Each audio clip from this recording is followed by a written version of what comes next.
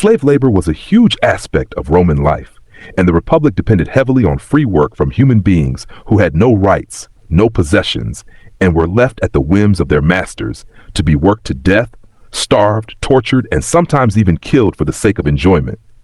Sure, you may have seen Russell Crowe play one in a movie, but chances are you have no idea just how brutal it really was. Today, we're exploring what it was really like to be a Roman slave. But before we get started, be sure to subscribe to the Weird History channel. Oh, and one more thing. Leave a comment and let us know what topics you would like to hear about. Now we roam. Slaves in ancient Rome didn't just work as domestic or agricultural workers. They did pretty much every single kind of menial job you can imagine. Generally classified as urban or rural, slaves did everything from cooking and cleaning to mining for silver. On country estates, slaves might perform both domestic and non-domestic tasks, even working as smiths, bakers, and guards. Occasionally, urban slaves would work as accountants and managers for businessmen. If you were a slave that originated as a prisoner of war, you might have been sold off to the public and could have been tasked with fighting fires, tending to public buildings, and even working as an executioner. Some Roman slaves lived their entire lives from birth to death, working as the property of a master, but others who were able to cough up a little dough and a luckier fate. The oldest and easiest way for a slave to achieve freedom was simply being given freedom by one's master, perhaps in a will, although some sort of ceremony or payment usually went along with it. Some folks became slaves by selling themselves into servitude to repay their debts over a certain amount of time. If that was the case, you'd be freed as soon as your contract was complete. Slaves could also accumulate money by giving up peculium, or that they controlled while under the authority of a master. This type of wealth could be land or currency, and although it was technically still under the control of the master, slaves could use this as a tool to purchase their freedom. After buying their freedom, slaves didn't just magically become full-fledged Roman citizens, though. After the process of manumission, aka buying your freedom, these former slaves were more like conditional citizens and became clients of their former owners. They were also restricted from taking public office. And if you were under the age of 30 and wanted to buy your way out of servitude, you were completely out of luck. According to the Roman jurist Gaius, slaves under the age of 30 could not be freed during the 1st century CE. Being a slave was cruel and unbearable during any time period, and the Roman slaves were no exception. Slaves who were considered property of the masters were expected to behave, and if they didn't, the consequences were nightmare fuel. In Menechmi by Plautus, the 2nd century playwright attributes the following words to Messenio, a slave: stripes, fetters, the merriness, hunger, bitter cold, fine pay for idleness. That's what I'm mightily afraid of. Surely then, it's much better to be good than to be bad. I don't mind tongue lashings, but I do hate real floggings. Yikes. Slave owners could beat and punish slaves harshly, inflicting everything whippings to chains and fetters. Masters also had free rein to sell their slaves, execute them by hanging or crucifixion, and make them do the worst possible tasks as punishment. And if you tried to run away, they'd brand you. Ouch! Nothing sounds less appetizing than limited rations of bread, right? Well, slaves, being the lowest rung of Roman society, were clearly not eating like kings. This guy, Cato the Elder, who was a soldier statesman and historian from the 3rd and 2nd centuries BCE, wrote about the daily needs of agricultural slaves, specifically what they should receive for food and drink. According to Cato, slaves should receive wheat to make bread. Although shackled slaves who couldn't grind their own grain were to receive bread itself. When slaves worked the fields during the summer, more flour was needed, as was additional wine. If we were working in the hot Roman fields all summer for no money, we'd be in need of additional wine too. In addition to bread and wine, slaves eat what Cato termed relish. This Roman relish, however, was not exactly what you'd find on a baseball stadium hot dog. Instead of pickles, it was made of olives. During the 1st century BCE, slaves round out their diets by gathering wild fruits and vegetables, as well as cultivating crops on their own. Domestic slaves got the opportunity to start urban gardens. Of course, they always had the option of picking up their master's leftovers.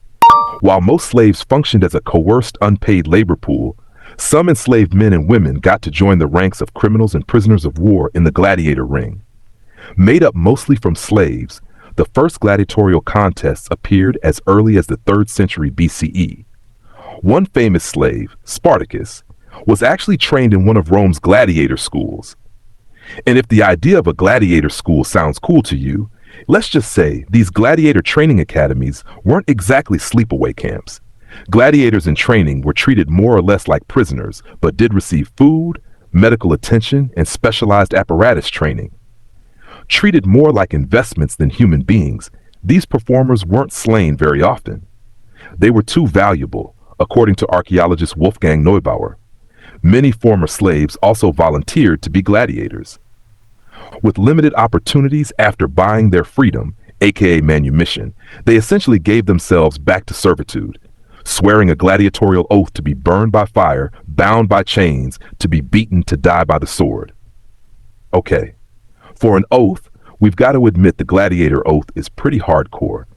But you've got to imagine conditions for freed slaves had to be pretty terrible if they were earnestly volunteering to fight to the death. One thing that urban and rural slaves had in common was that they both lived in rooms that were typically far removed from their masters and overseers. Domestic servants still lived in their master's house, sometimes even sleeping close enough to tend to his or her needs overnight. But there was a decided effort to keep slaves separate from free men and women. Typically, a slave's quarters would be located near storage facilities and were usually shared with other slaves. Imagine a bunk bed next to a garage, but Roman. If you were a Roman slave, chances are your style game wasn't exactly on point. Slaves were forced to wear simple clothing, not much different than garments worn by the poor free men and women. Masters provided a tunic of 3 feet and a half and a cloak once in 2 years. If you had a long torso, seems like you'd be out of luck. Also, once in 2 years, good shoes should be given. Imagine only getting 1 pair of shoes every 2 years. And this is during a time when duct tape didn't exist. To add insult to injury, male slaves weren't allowed to wear the one quintessential Roman fashion garment, togas. Female slaves were also forbidden from wearing stolas, a dress worn over their tunic. According to Seneca, the Roman Senate once considered instituting a uniform for slaves to more clearly distinguish them in society. They ultimately decided against it to prevent slaves from knowing just how many of their ranks existed. Bone-chilling. Why would the Roman Senate be concerned that the slaves knew how many of them there were? Well, because there were a lot of them. I mean, a lot. The sheer number of slaves in Roman society resulted in tension and fears of out-revolt. Romans had a right to be worried. Slave tensions were rising in the Roman Empire, and it was only a matter of time before large-scale revolts began to bubble up. Aside from minor skirmishes, there was one famous large-scale slave rebellion that truly posed a risk to Roman society. Remember Spartacus, who we talked about earlier, the slave who was sent to train at gladiator school? Well, that same guy grew up to lead a slave revolt that included around 70,000 slaves and supporters fighting the Roman army. Now, those are some serious numbers. Spartacus and his forces fought against the Roman military several times from 73 to 71 BCE, defeating them 3 times before being slain. According to sources, Spartacus fought valiantly to the end, wounded by a spear thrust in the thigh, but went down on one knee, held a shield in front of them, and fought off his attackers until he and a great number of his followers were encircled and fell. While Spartacus and his army may have lost in the end, their fight didn't amount to nothing. Concerns over future uprisings prompted some legal action to ensure or at least encourage better treatment of slaves. Unlike other historical forms of slavery, Roman slavery was not dependent upon race or ethnicity, and the number of slaves varied at any given time. After the Punic Wars during the 3rd and 2nd centuries BCE, thousands of men and women were enslaved, many of whom served as artisans, craftsmen, and agricultural laborers. As the empire expanded, Rome took more and more prisoners of war, and tons of non-Romans were enslaved, including individuals from Greece, Egypt, North Africa, Gaul, and Asia Minor. Apparently, Rome was an equal opportunity slave nation, I guess. Female slaves were not exempt from manual labor, but they often performed personal duties under the auspices of elite and wealthy Roman women. Slaves could be trained to apply cosmetics and do hair, kind of like a glam squad that's forced to be there and doesn't get paid. Other female slaves even served as wet nurses for wealthy Roman women. That is one bad boob job. Empress Livia Augustus's wife had more than 1,000 attendants, many of whom were female and male slaves alike. Female slaves were also vulnerable to the whims of male masters and could end up as the unfortunate victims of sexual abuse, sometimes with the masters charging a fee for the male slaves to engage in these heinous acts. Surrounded by all this pain and suffering, it's no wonder female and male slaves alike were itching to jump into the gladiator ring. Slavery was pervasive and fundamental to the Roman economy, but there were different opinions on how slaves should be viewed in Roman society. Stoics, most notably Seneca the Younger, wrote about the relationship between slave and master, emphasizing the humanity of the former alongside the responsibility of the latter to be kind and paternalistic. According to Seneca, a slave sprang from the same stock is smiled upon by the same skies and on equal terms with yourself breathes, lives, and dies.